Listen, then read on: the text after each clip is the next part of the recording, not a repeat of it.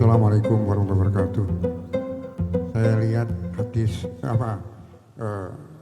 ilmu ihfadillah ya fadka ini seperti kalau tidak salah di dalam surat 47 ayat 7 surat Muhammad. Bismillahirrahmanirrahim. Ya ayyuhalladzina amanu intan suryan surkum wa yusabit aqdamakum. Wahai orang yang beriman, jika kamu menolong agama Allah, Allah akan menolongmu dan meneguhkan kedudukanmu. Ini ayat yang ini yang kami belum ketemu. Di mana ini ayat yang barusan kita bacakan? Al-Fadilah ya Fadkah. Itu yang pertama. Yang kedua, Habib merintahkan untuk mencari ilmu. Kita harus mendatangin Ustadz. Tapi Pak Habib sendiri malah mendatangin kami. Nah ini gimana ini? Nah, mana yang benar? Aku minta kejelasan aja. Minta kejelasan. Yang ketiga, kita punya binatang. Siapa yang sayang maka aku akan sayang. Kata Allah. Siapa yang sayang kepada hamba aku, umpamanya burung atau binatang-binatang yang dikurung. Ini gimana? Dia kan kepengen kawin, kepengen bebas. Dia dikurung malah dikasih makanan enak. Tapi apakah itu dosa atau tidak berdosa? Ini kan kasihan. Mereka sendirian hidup dikasih makan, sangkar emas, tapi hidupnya nggak bahagia. Mohon penjelasan sekian. Lebih kurangnya mohon maaf. Assalamualaikum warahmatullahi wabarakatuh. Waalaikumsalam warahmatullahi wabarakatuh. Diborong nih 3 ya. Kalau ihfadillah yahfadka, jagalah Allah, niscaya engkau Allah akan menjagamu, itu hadis riwayat Imam Tirmidzi dari Abdullah bin Abbas. Kalau intan surullah yansurkum wa yutsabbit aqdamakum, itu Al-Qur'an. Jadi saat ini bertentangan? Enggak, sama. Ini karena kalau kita belajar hadis, nanti kata Imam Malik ada 5 fungsi hadis. Begitu juga kata Imam Syafi'i. Di antaranya hadis itu adalah bayan takrir. Katanya ada yang bayan takrir. Jadi fungsi salah satu hadis itu menjelaskan, menetapkan, mengikrarkan, atau kalau kata Imam Syafi'i bayan takrir atau bayan taukid, atau bayan tasbit atau isbat, memantapkan. Ayatnya intan surullah yansurkum. Hadis ini jadi bayan apa? Takrir atau isbat atau taukid. Jadi hadis itu banyak. Ada nanti bayan tafsir, ada bayan tafsil, ada bayan tasyri'. Jadi ada itu hadis. Bayan tasyri' itu contohnya al-dhahab wal harir, emas dan sutra haram. Padahal di Quran tidak ada. Itu namanya tasyri'. Ada apa? Hadis membuat syariat yang tidak ada di Quran dan hadis. Bayan tafsir contohnya aqimus shalah wa atuz zakah. Dirikan salat, tapi tafsirnya sholatnya bagaimana, tata cara sholat gimana, adanya di hadis. Hadis nanti fungsinya bayan tafsir. Nah ini jadi banyak dah. Nah urusannya begitu ya. Intinya itu jadi bayan takrir, bayan taukid. Jadi hadis ini menguatkan apa yang ada di Al-Quran. Nah itulah yang disebut dengan fungsi salah satu hadis. Jadi ini adalah fungsi salah satu hadis. Yang kedua berkaitan dengan mestinya murid datang ke guru. Ini kenapa guru datang ke murid? Nah begitu. Karena rumah saya nggak muat kalau didatangin segini banyaknya. Jadi apa? Karena tempatnya. Dan ini ternyata boleh. Saya teringat dengan cerita Imam Malik. Imam Malik waktu itu didatengin sama pengawal atau mungkin penjaga kerajaan, khalifah. Ya Imam, ya kata Imam Malik. Kenapa? Amir, gubernur atau raja pengen membaca kitab Muwatta. Kitabnya Imam Malik. Imam Malik ngarang kitab Muwatta Imam Malik. Pengen baca kitab Muwatta. Kata Imam Malik, kalau mau baca datang ke sini. Jangan saya datang ke sono, katanya Imam Malik.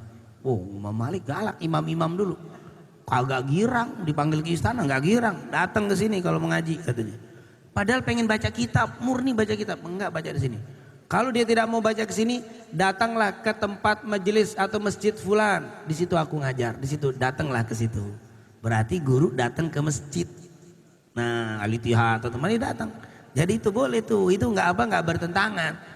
Itu didatengin, nah. Iya, orangnya banyak kumpul situ, saya datang, kata Imam Malik. Datanglah Amir ke situ, raja di situ, kumpul sama kaum muslimin, saya akan datang ke situ, saya akan bacakan kitab Imam Malik Al-Muwatta, kitab Muwatta. Kemudian juga Sahih Bukhari, bahkan Sahih Bukhari menjadi salah satu sebab dia diusir, dihasut sama rajanya gara-gara itu. Datang nih pasukan Imam Bukhari, Muhammad bin Ismail ibn Ibrahim ibn Bardijbah al-Bukhari atau Imam Bukhari. Imam Muhammad bin Ismail, Imam, Amir, gubernur pengen baca kitab, engkau pengen dipanggil di istana membacakan kitab Sahih Al-Bukhari. Enggak bisa, kata Sahih Al-Bukhari. Kata Imam Bukhari, kata Muhammad bin Ismail, datang ke sini. Amir datang ke sini ke rumah saya bacain kitab Sahih Bukhari. Kalau mau datang ke majelis fulan, di situ kaum muslimin kumpul. Saya datang ke situ, lihat nih, guru datang di tempat yang apa? Saya datang ke situ, saya bacakan. Tersinggung si raja. Sakit, wow, sombong banget nih. Akhirnya dikumpulin ulama-ulama yang nggak demen sama Imam Bukhari. Karena merasa tersaingi dengan Imam Bukhari. Ada itu ulama yang tersaingi sama ulama lain. Zaman Imam Bukhari dikumpulin berapa? 10 ulama. 10 ulama dikumpulin, dikasih kamu ngapalin 10 hadis. Satu ulama dia suruh ngapalin 10 hadis, 10 hadis, 10 hadis jadi 100. Kan 10 orang. Satu ulama tadi yang ngapal 10 hadis, sanatnya diacak-acak, bukan hadisnya. Matannya tetap sama, fulannya diacak-acak sama dia. Kamu acak-acak 1, 2, 3, 4, 5, 10 hadis, sanatnya diacak-acak, matanya tetap sama. Ini juga diacak-acak 100 hadis acak-acakan sanatnya. Maaf, acak-acak satu sanat aja kita puyeng. Apalagi 100 hadis diacak-acak. Dipanggillah Imam Bukhari, dikumpulkan, dipanggil semua masyarakatnya. Ingin menjatuhkan Imam Bukhari, dipanggil 10 ulama, dipanggil masyarakat, raja duduk. Karena udah sakit hati ini raja, gara-gara kagak mau apa? Kagak ngikut, padahal mau baca kitab, sakit hati. Emang begitu kadang-kadang, kalau dia aja kagak mau bab kitab aja marah, apalagi bab lain. Ini luar biasa. Duduk. Imam, kalau engkau bisa menjawab pertanyaan ini, kami akui engkau sebagai Amirul Mukminin. Engkau adalah pemimpin dalam ilmu hadis. Kalau enggak, engkau bukan ulama yang patut kami banggakan, yang kami ikuti. Terus tanya, saya punya ada pertanyaan. Tanya, ditanya sama dia di depan orang. Saya punya 10 hadis pertanyaan. Silakan, kata Imam Bukhari. Yang pertama, qala haddatsana fulan, qala Rasulullah. Yang kedua, haddatsana fulan, Imam Bukhari diam aja. Haddatsana fulan, qala Rasulullah, sampai 10. Yang berikutnya kata Imam Bukhari. Berikutnya baca, qala haddatsana fulan, itu fulan ini salah semua itu. Qala Rasulullah. Qala sampai 10. 100. Kata Imam Bukhari, selesai. Saya jawab. Yang pertama, Anda baca hadis pertama begini, haddatsana fulan, salah itu. Yang benar fulan nggak ketemu dengan fulan. Fulan itu begini. Salahnya disebutin. Kalau benernya doang bener itu biasa. Salahnya dihafal. Urutan pertama hadis yang kau baca, haddatsana fulan nggak ketemu dengan fulan. Yang benar fulan ketemu dengan fulan. Jadi yang benar hadisnya haddatsana fulan qala Rasulullah. Yang kedua, engkau baca haddatsana fulan itu salah. Yang benar haddatsana fulan qala Rasulullah. Ketiga, salah kamu bacanya begini. Salahnya dibacain dulu baru dibenerin. 10, 100. Urutannya enggak salah. Urutan salahnya yang benar. Urutan salah dari 1 sampai 100 nggak salah urutannya, yang salah dihafal sama Imam Bukhari. Mereka bilang, nggak bisa ngomong deh dia, diam semuanya. Akhirnya si raja tadi, si Amir nggak berhasil, akhirnya diusirlah Imam Bukhari. Imam Bukhari diusir akhirnya dari apa? Dari Bukhara, diusir. Keluar Imam Bukhari, nggak boleh masuk situ, disuruh keluar. Sakit hati, cuman pengen baca kitab, tapi disuruh ke istana nggak mau, diusir. Kayak ulama sekarang ya. Diusir gara-gara apa? Berangkat Imam Bukhari keluar karena nggak mau ngikutin apa? Si Amir ini, pimpinan negara ini nggak mau diikutin. Akhirnya Imam Bukhari keluar. Belum sampai ke tujuan, di tengah kampung antara Bukhara, jadi bukan di tempat dia lahir, keluar. Kemudian di malam Id dia sakit. Pas sholat Id di kampung itu, sholat Id, orang katanya kemarin Imam Bukhari datang ke sini di kampung ini, tapi kok sholat Id nggak ada. Pas keluar nggak ada, ke rumah ternyata dia sudah meninggal. Jadi meninggal di malam takbiran. Imam Bukhari itu meninggal di waktu malam takbir. Nggak ada yang tahu. Dia meninggal seorang diri di rumahnya dalam keterasingan. Dalam keadaan apa? Diasingkan oleh gara-gara disuruh baca kitab di istana, nggak mau. Itu Imam Bukhari. Ada yang kayak Imam Bukhari. Yang sekarang namanya sih banyak ke Bukhari, ada yang teman imam kayak kelas Imam Muhammad. Itulah Imam Bukhari. Jadi intinya ulama nggak salah ketika mendatangi tempat yang di situ berkumpul kaum muslimin. Ini yang diajarkan oleh, atau ulama nggak salah. Ada orang kita datangin ke rumah, kita ajarin, boleh. Yang nggak boleh itu murid nggak mau datang, pengennya didatengin. Ini yang nggak boleh. Kayak Ka'bah. Apa? Yuzar wala yazur katanya. Yuzar dikunjungi wala yazur, dan nggak mau berkunjung. Itu nggak boleh tuh. Kayak Ka'bah aja, Ka'bah mah wajar didatengin. Nah kita mau didatengin dulu nggak mau berkunjung, jangan datengin. Tapi kita sering berkunjung kepada ulama, ulama datang, luar biasa. Itu yang disuruh apa? Jangan hanya mencari ilmu dan didatengin saja, tapi kejarlah para ulama. Sekali waktu nanti kita dimuliakan oleh Allah, didatengin oleh para ulama. Hebatnya ternyata Imam Malik pernah juga gubernur setelahnya diajak, disuruh datang ke rumahnya, nggak mau Imam Malik. Akhirnya kata Imam Malik, fulan, Amir, kalau engkau mau belajar datang ke rumah saya. Datang beneran. Ini Amir yang luar biasa nih. Masuk ke rumah apa? Datang ke kampungnya Anas apa? Imam Malik bin Anas Al-Asbahi. Assalamualaikum. Imam Malik jawabnya, waalaikumsalam. Ada imam nih, ini gubernur nih, suruh datang raja. Waalaikumsalam. Teriak lagi. Assalamualaikum. Waalaikumsalam. Ketika gua, assalamualaikum salam, dia dibukain. Udah dibukain depan pintu, diajak ngobrol depan pintu sama Malik bin Anas Al-Asbahi. Suruh ngobrol lama nggak disuruh masuk, rajanya ngamuk. Kamu saya suruh datang ke istana kagak datang, suruh baca kitab. Saya disuruh datang baca kitab, saya datang, dilama-lamain, saya kapan masuknya? Kata rajanya marah sama Malik, sama Malik bin Anas. Maaf jangan salah, Anas bin Malik sahabat. Kalau Malik bin Anas tabiin, yaitu imam Malik bin Anas Al-Asbahi. Kenapa kalau engkau suruh aku datang ke istana nggak mau, sementara engkau suruh aku datang ke sini mau, dan aku datang kok nggak apa? Suruh masuk lama banget di jalan di rumah, depan rumahnya. Raja lihat tuh, orang-orang pada ngelihatin Anda. Kenapa? Sungguh tidak ada seorang raja mendatangi ulama kecuali akan dimuliakan oleh Allah, dan beritahukan kepada masyarakat kalau raja datangin ulama. Tapi sebaliknya raja, kalau ulama datang ke raja, sembunyikan, jangan disebar ke orang, karena ulama itu akan hancur namanya.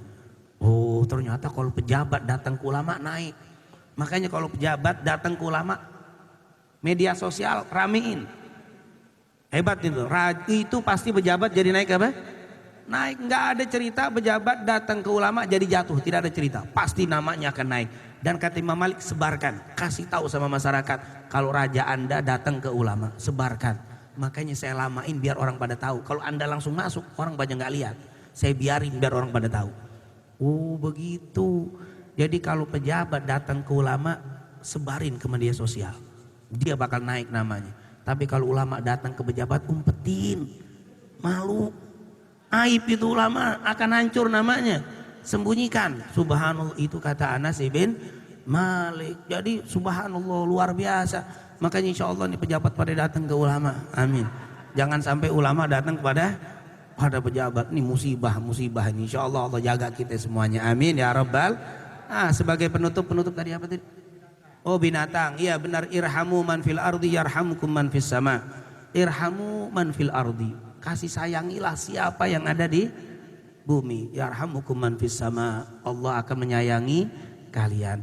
Irham man fil ardi yarhamukum man fis sama. Kasih sayangi secara umum. Ada pakai man, ada yang nggak pakai man. Kalau ma itu manusia, kalau ma itu umum. Apapun yang kita kasih sayangi binatang-binatang, Allah akan sayang sama kita. Subhanallah. Lalu bagaimana itu burung dipiara? Makanya kalau miara burung cari istrinya. Jangan sendirian tuh burung, kasihan dia juga mau nikah. Kawinin, nikahin. Ada. Makanya kata ulama, jangan disiksa dia sendiri walaupun makan enak, enggak. Kasih pasangannya. Kalau dikasih pasangan kagak bunyi, ini cari bunyinya doang daripada apa? Sampai disiksa. Ya ini kalau nggak begitu masukin, ada tempatnya untuk apa? Dia kumpul, itu dianjurkan, nggak boleh Pak. Kita miara itu sendiri itu disiksa, nggak boleh. Makanya kalau baca qiraatul rasyidah, al-habsu laisa madhabi walau kana minal dhahabi. Kata si burung itu suka bilang, al-habsu, kurungan, kandang itu bukan tempatku, walau kana minadz zahabi, walaupun dari emas. Burung itu nggak girang dibikin dari apa? Kandang dari emas, walaupun dari emas dia sedih. Tapi kalau ada pendampingnya, makan bagus, itu boleh. Kalau kata Imam Ghazali mah kalau kita baca, siapapun yang memelihara binatang bisa menjadi dosa, bisa menjadi mubah, bisa menjadi pahala. Kalau niatnya cuma untuk kesenangan dunia dengan dijagain urusan pasangannya ada, mubah. Dia akan menjadi haram kalau dia nggak dirawat, dipelihara nggak dirawat bisa jadi haram. Seperti orang yang diadab gara-gara perempuan yang miara apa? Kucing. Tapi dia menjadi pahala. Kenapa? Kalau dia melihara binatang itu dengan niat ingin apa? Menjaga, mengasihi sayangi makhluk Allah. Yang kedua, suaranya, kicauannya menambah takwa kepada Allah. Pagi-pagi cuit-cuit subhanallah, jadi bersyukur ingat dengan apa? Nikmat Allah. Jadi benda itu bisa menjadi apa? Kata Imam Ghazali, piara tuh yang model begitu karena akan meningkatkan apa? Iman. Tapi kalau hanya untuk senang-senang aja lebih baik nggak usah. Nah, tapi kalau untuk meningkatkan iman, kita piara di rumah, ada kandang gede, ada yang laki, perempuan, jantan, betina, suara bunyi, subhanallah, kita jadi bersyukur, jadi ingat sama Allah, subhanallah. Kita lihat warnanya, subhanallah. Jadi yang dilihat ningkatin iman, bagus tuh, berpahala tuh.